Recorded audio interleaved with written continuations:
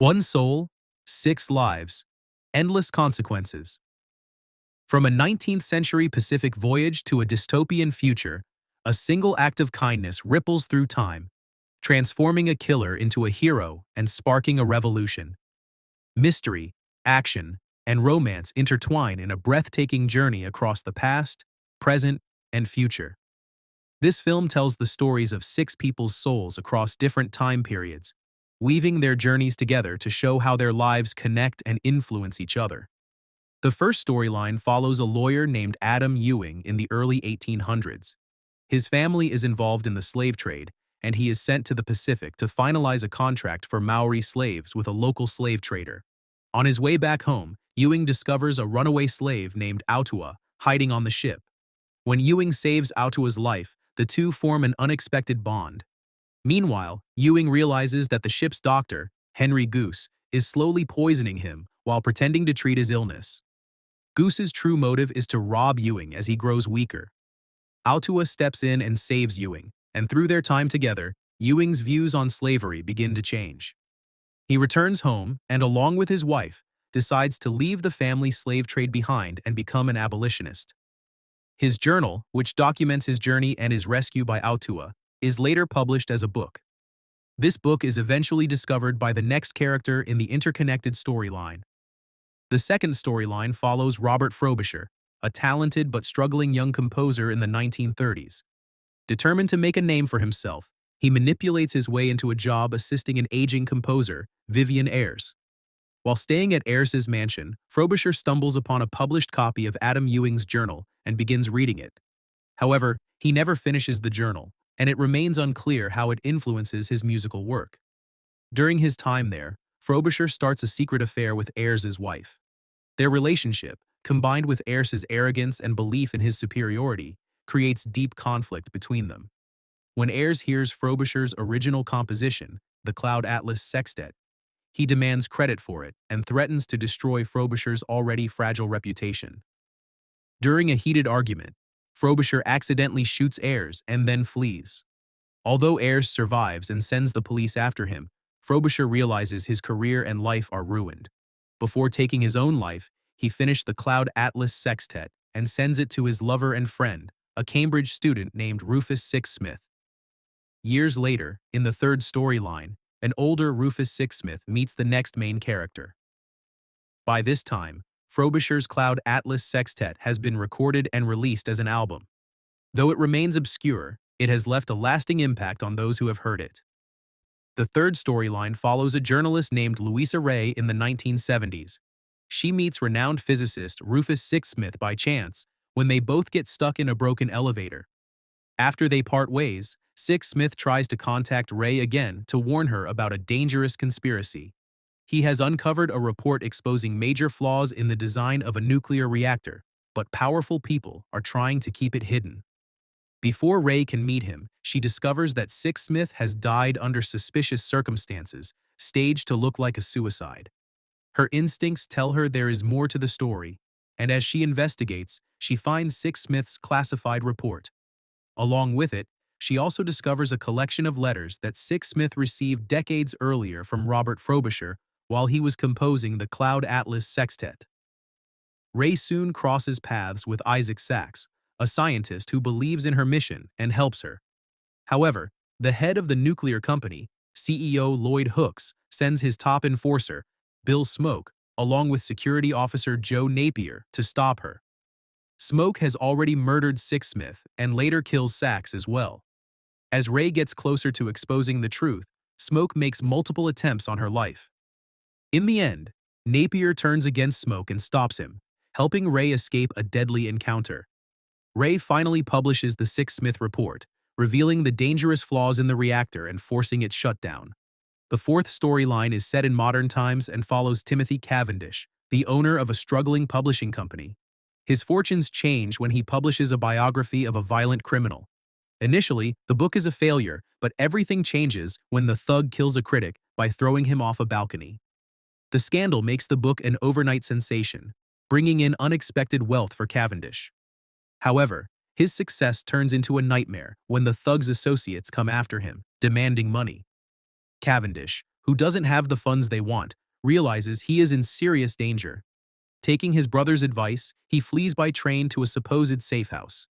During the journey, he is seen reading a manuscript titled Half-Lives, the first Louisa Ray mystery, a fictionalized version of Ray's story.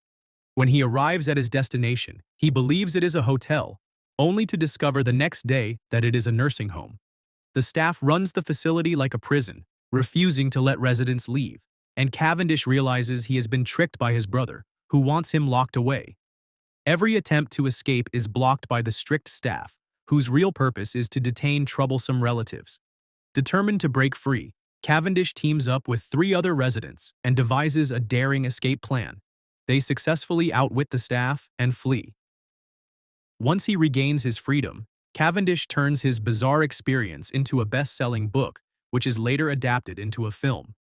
The 5th storyline takes place in the distant future in Neo Seoul, where Sonmi 451, a clone, is bred to work in a Papa-Song fast food restaurant. Her life is monotonous and repetitive, with each day identical to the last. Like all other clones, she exists only to serve food to consumers, and is conditioned to believe that after 11 years of work, she will ascend to a higher existence. However, her world begins to change when another clone unintentionally awakens her curiosity, making her question her purpose. By chance, Sonmi 451 stumbles upon a fragment of the biopic The Ordeal of Timothy Cavendish on a discarded device left at the restaurant. This small discovery plants the seed of rebellion in her mind, making her realize there might be more to life than endless servitude. When her fellow clone is brutally killed, she meets Haeju Im, a mysterious man who reveals that he was responsible for exposing her and her friend to new ideas. Haeju explains that he and his allies are fighting to prove that clones are just as human as purebloods, a struggle that echoes past fights against slavery. He rescues Sonmi 451 from her controlled life at the restaurant and begins to teach her about the outside world, art, philosophy, and higher values. However, they are soon captured by the authorities. Haeju escapes and later returns to free her, revealing that he is a former military officer who has joined the revolutionary group known as the Union. This underground movement is fighting against the oppressive government, seeking freedom for clones like Sonmi 451. As part of her journey, Sonmi 451 is taken to a ship where she learns the horrifying truth about ascension. Instead of being freed, clones are slaughtered, reprocessed, and turned into food for other still functioning clones. Shocked by the revelation, she agrees to help the revolutionaries, knowing that her choice will ultimately lead to her capture and execution. The Union devises a plan to expose the truth to the world. They storm a broadcast facility, where Sonmi 451 delivers her manifesto, revealing everything to the people of Earth and even to the off-world colonies. As government forces attack, the revolutionaries, including Haeju, sacrifice themselves to keep the transmission going. Sonmi 451 is the only one left alive. Later, as she is interrogated by a government agent, she calmly explains why she did it, even though the regime will attempt to erase her message. She knows they will execute her, but she remains at peace, believing that death is only a door. As long as one person, the agent interviewing her, knows the truth, it will never be fully silenced.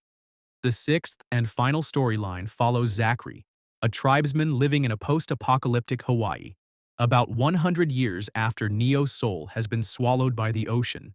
His people have lost much of the knowledge of the past and now live a simple, low-tech life. They worship Sonmi as a holy figure, believing she was a goddess. One day, a woman named Marinim, a member of a more advanced group called the Prescients, arrives and asks to live among Zachary's people. His sister welcomes her, and over time, they develop a bond. However, Zachary carries a deep secret.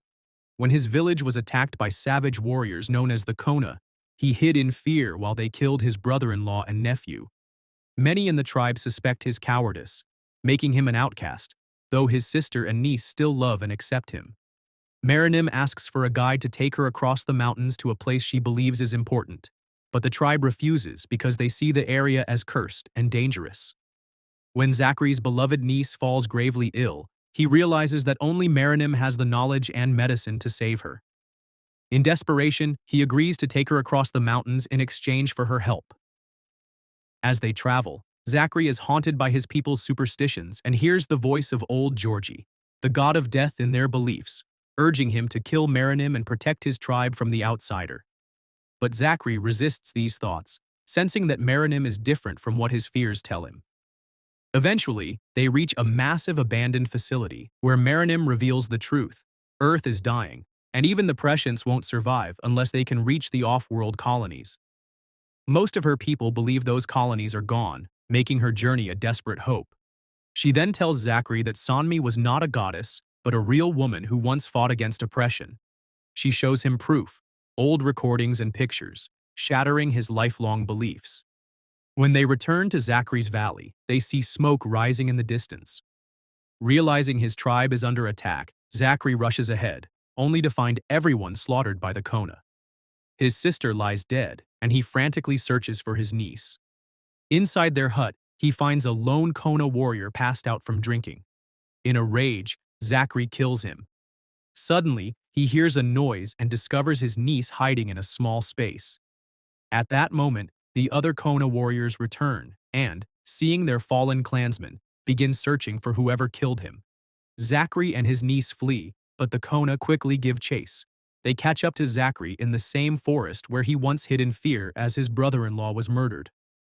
Now, he is about to share the same fate. But this time, something is different. Maranim, who had been following him, steps out of hiding. Using her advanced weapons, she fights alongside Zachary, risking her own life to save him. Together, they defeat the Kona warriors. Maranim calls for her people, and when they arrive, she convinces them to take in both Zachary and his niece as their own. Finally, the story shifts to the present, revealing that Zachary has been telling this tale to a group of children. It is revealed that he married Maranim, and that the off-world colonies received her broadcast, leading to a rescue mission for the survivors. In the end, Zachary and Maranim are no longer on Earth. They have found a new home on another world. Thanks for watching Once Upon a Rewind. Like, subscribe, and hit the bell so you never miss our next video. Got a special recap request? Drop it in the comments.